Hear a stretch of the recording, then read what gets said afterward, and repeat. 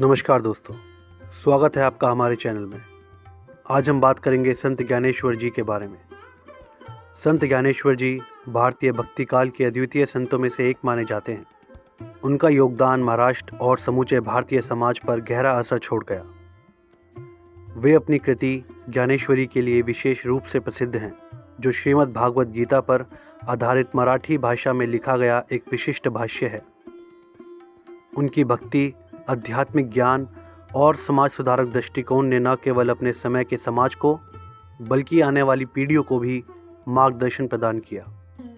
संत ज्ञानेश्वर जी ने अपने जीवन में धर्म, अध्यात्म और समाज को एक नई दिशा दी और अपनी शिक्षाओं के माध्यम से जीवन का गहरा अर्थ समझाया। संत ज्ञानेश्वर जी का जन्म महाराष्ट्र के पैठण नामक स्थान पर 1275 में हुआ। उनके माता पिता का नाम विट्ठल पंत और रुक्मणी था। उनके पिता विट्ठल पंत ने एक समय संन्यास धारण किया था, लेकिन उनके गुरु के आदेश पर उन्हें संन्यास छोड़कर गृहस्थ जीवन में लौटना पड़ा। समाज ने इस निर्णय को स्वीकार नहीं किया और उन्हें भेदभाव और अपमान का सामना करना पड़ा। इसके परिणाम स्वरूप उनके 4 बच्चों निवृत्तिनाथ, ज्ञानेश्वर, सोपानदेव और मुक्ताबाई जी को समाज द्वारा अस्वीकृति मिली। इस सामाजिक उपेक्षा ने उनके बच्चों के जीवन को प्रभावित किया और इन्हें विभिन्न कठिनाइयों का सामना करना पड़ा। ज्ञानेश्वर जी के आध्यात्मिक जीवन में उनके बड़े भाई निवृत्तिनाथ का महत्वपूर्ण स्थान रहा, जो उनके गुरु भी बने। निवृत्तिनाथ जी ने उन्हें साधना, ज्ञान और भक्ति के मार्ग पर चलने के लिए प्रेरित किया। बचपन से ही संत ज्ञानेश्वर जी को संसार के प्रति वैराग्य और ईश्वर के प्रति असीम प्रेम की अनुभूति होने लगी थी। उनकी आध्यात्मिक यात्रा बहुत छोटी उम्र से ही शुरू हो गई और उनका जीवन एक गहन साधना और भक्ति का प्रतिरूप बन गया। ज्ञानेश्वर जी का मुख्य योगदान उनकी रचना ज्ञानेश्वरी में है, जिसे उन्होंने मात्र 16 वर्ष की आयु में लिखा। यह ग्रंथ भगवत गीता पर आधारित है, जिसमें उन्होंने गीता के उपदेशों को मराठी में प्रस्तुत किया। उस समय संस्कृत में लिखे गए ग्रंथों को आम जनता के लिए समझना मुश्किल था और वे केवल पंडितों और विद्वानों तक सीमित थे। इस परिस्थिति को देखते हुए संत ज्ञानेश्वर जी ने गीता के ज्ञान को मराठी भाषा में सरलता से प्रस्तुत किया, ताकि समाज के हर वर्ग तक यह ज्ञान पहुंच सके। ज्ञानेश्वरी को ओवी छंद में लिखा गया है और इसे महाराष्ट्र में भक्तिकालीन साहित्य का एक महान ग्रंथ माना जाता है। ज्ञानेश्वरी में संत ज्ञानेश्वर जी ने जीवन के गहरे रहस्यों और ईश्वर के प्रति प्रेम का संदेश दिया। उन्होंने इसे एक सरल भाषा में लिखा ताकि यह समाज के हर व्यक्ति के लिए सुलभ हो। इस ग्रंथ के माध्यम से उन्होंने कर्म, भक्ति और ज्ञान का समन्वय दिखाया और बताया कि यह सभी मार्ग एक ही सत्य की ओर ले जाते हैं। उनकी शिक्षा का मुख्य उद्देश्य था कि हर व्यक्ति ईश्वर के निकट जा सके, चाहे वह किसी भी जाति, धर्म या वर्ग का हो। ज्ञानेश्वरी के अतिरिक्त संत ज्ञानेश्वर जी ने अमृतानुभव नामक एक अन्य महत्वपूर्ण ग्रंथ की रचना की। इस ग्रंथ में उन्होंने अपने आध्यात्मिक अनुभवों को प्रस्तुत किया है। अमृतानुभव में ब्रह्म ज्ञान, अद्वैत वेदांत और योग के गहरे तत्व का वर्णन किया गया है। यह ग्रंथ दर्शाता है कि संत ज्ञानेश्वर जी ने अपने साधना काल में कितने गहरे आध्यात्मिक अनुभव प्राप्त किए हैं। उन्होंने अपनी आध्यात्मिक यात्रा का सार इन ग्रंथों के माध्यम से समाज को दिया, ताकि हर कोई इसका लाभ उठा सके। उनकी अन्य महत्वपूर्ण रचनाएं हरिपाठ और चांगदेव पासष्टी हैं। हरिपाठ में भगवान विट्ठल की भक्ति के बारे में अभंग यानी भक्ति पद हैं, जो वारकरी संप्रदाय में विशेष महत्व रखते हैं। इसमें उन्होंने भगवान विट्ठल की महिमा का वर्णन किया और भक्ति के मार्ग को सरल और सुलभ बनाया। चांगदेव पासष्टी एक पत्र है जो उन्होंने चांगदेव नामक एक योगी को लिखा था, जिसमें उन्होंने योग और अध्यात्म के गहरे रहस्यों को स्पष्ट किया। इसमें योग के गूढ़ तत्वों और ज्ञान के विषय में संत ज्ञानेश्वर जी ने विस्तार से चर्चा की है। संत ज्ञानेश्वर जी का दर्शन अद्वैत वेदांत पर आधारित है, जिसमें उन्होंने इस संसार को परमात्मा का अभिव्यक्ति मानते हुए हर जीव में ईश्वर की उपस्थिति का अनुभव करने का संदेश दिया। उनका कहना था कि सभी जीव एक ही परमात्मा के अंश हैं और इस कारण हमें सभी के साथ प्रेम और सम्मान का व्यवहार करना चाहिए। उनका दर्शन भारतीय संत परंपरा में महत्वपूर्ण स्थान रखता है। उन्होंने बताया कि सभी प्राणी एक ही ब्रह्मांडीय चेतना का हिस्सा हैं और इसलिए समाज में जाति, धर्म और वर्ग के भेदभाव को समाप्त करने की आवश्यकता है। उन्होंने योग, भक्ति और कर्म को एक ही मार्ग बताया और कहा कि इनमें से किसी भी मार्ग से ईश्वर की प्राप्ति की जा सकती है। उनके भक्ति मार्ग का आधार प्रेम और दया था। वे मानते थे कि सच्ची भक्ति वही है जिसमें ईश्वर के प्रति प्रेम और सभी जीवों के प्रति दया का भाव रखा जाता है। संत ज्ञानेश्वर जी ने विश्वात्मकता का सिद्धांत प्रस्तुत किया, जिसमें उन्होंने कहा कि सारा ब्रह्मांड एक ही चेतना से बना है। उनका यह दृष्टिकोण उस समय की कट्टरपंथी सोच के विरुद्ध था। वे मानते थे कि इस ब्रह्मांड में जो कुछ भी है वह ईश्वर की अभिव्यक्ति है और इस प्रकार हर व्यक्ति और हर वस्तु में ईश्वर का निवास है।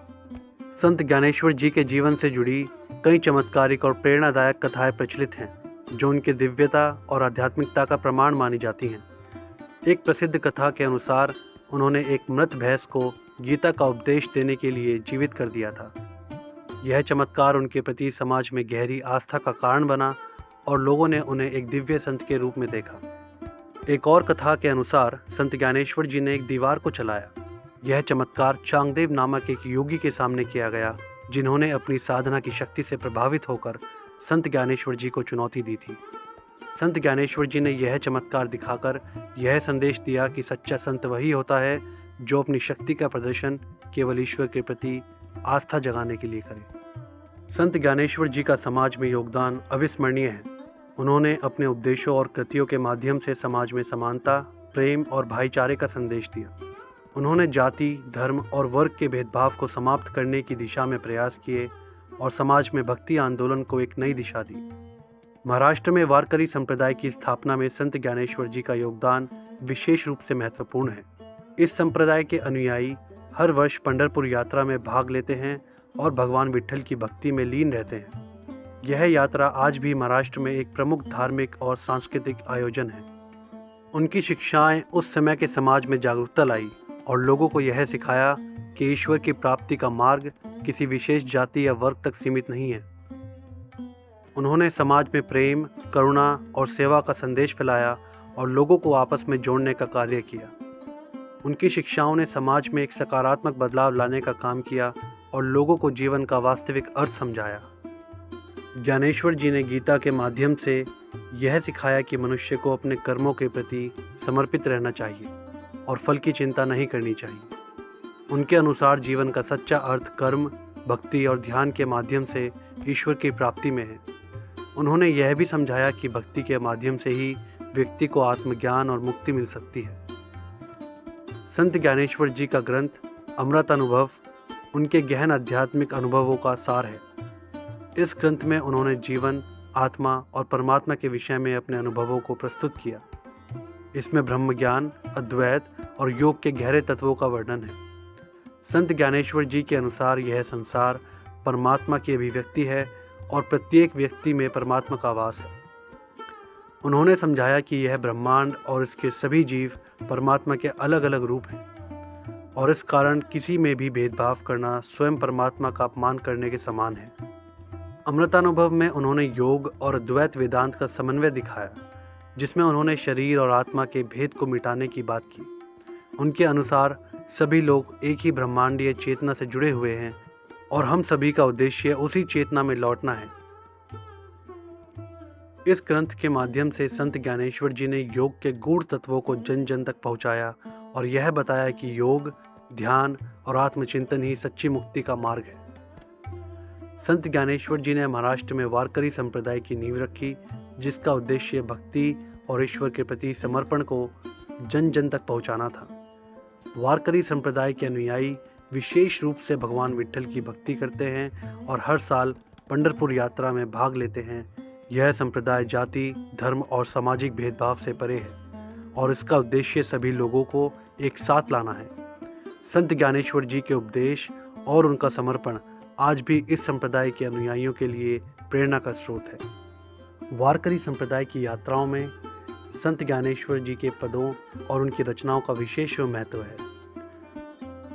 भक्त उनके अभंगों का पाठ करते हैं और भक्ति के माध्यम से समाज को एक नई दिशा देने का प्रयास करते हैं। संत ज्ञानेश्वर जी के इस आंदोलन ने समाज में प्रेम, भाईचारे और एकता का संदेश फैलाया और समाज के हर वर्ग को एक साथ लाने में मदद की। संत ज्ञानेश्वर जी का जीवन मात्र 21 वर्षों का था, लेकिन इस छोटे से जीवन में उन्होंने असंख्य लोगों को प्रेरित किया। 1296 में उन्होंने अपनी जीवन यात्रा को समाप्त करते हुए महाराष्ट्र के आलंदी में जीवित समाधि लेने का निर्णय लिया। समाधि लेने से पहले उन्होंने कहा कि उन्होंने समाज के लिए अपना कार्य पूरा कर लिया है और अब वे परमात्मा में विलीन होने जा रहे हैं। उनकी समाधि स्थल आलंदी में है, जो आज भी एक पवित्र तीर्थ स्थल माना जाता है और यहाँ हर वर्ष लाखों भक्त उन्हें श्रद्धांजलि अर्पित करने के लिए आते हैं। संत ज्ञानेश्वर जी का जीवन, उनकी शिक्षाएं और उनकी रचनाएं भारतीय भक्ति साहित्य का महत्वपूर्ण हिस्सा हैं। उन्होंने अपने छोटे से जीवन में जो कार्य किया वह किसी चमत्कार से कम नहीं। उनकी शिक्षा और उपदेश समाज में प्रेम, करुणा और समानता का संदेश देते हैं, जो किसी भी समय के लिए अत्यंत प्रासंगिक है। उनकी भक्ति, ज्ञान और समाज सुधार की भावना आज भी लाखों लोगों के लिए प्रेरणा का स्रोत है। संत ज्ञानेश्वर जी को नमन करते हुए आप सभी का बहुत बहुत धन्यवाद। मिलते हैं अगली वीडियो में। नमस्कार।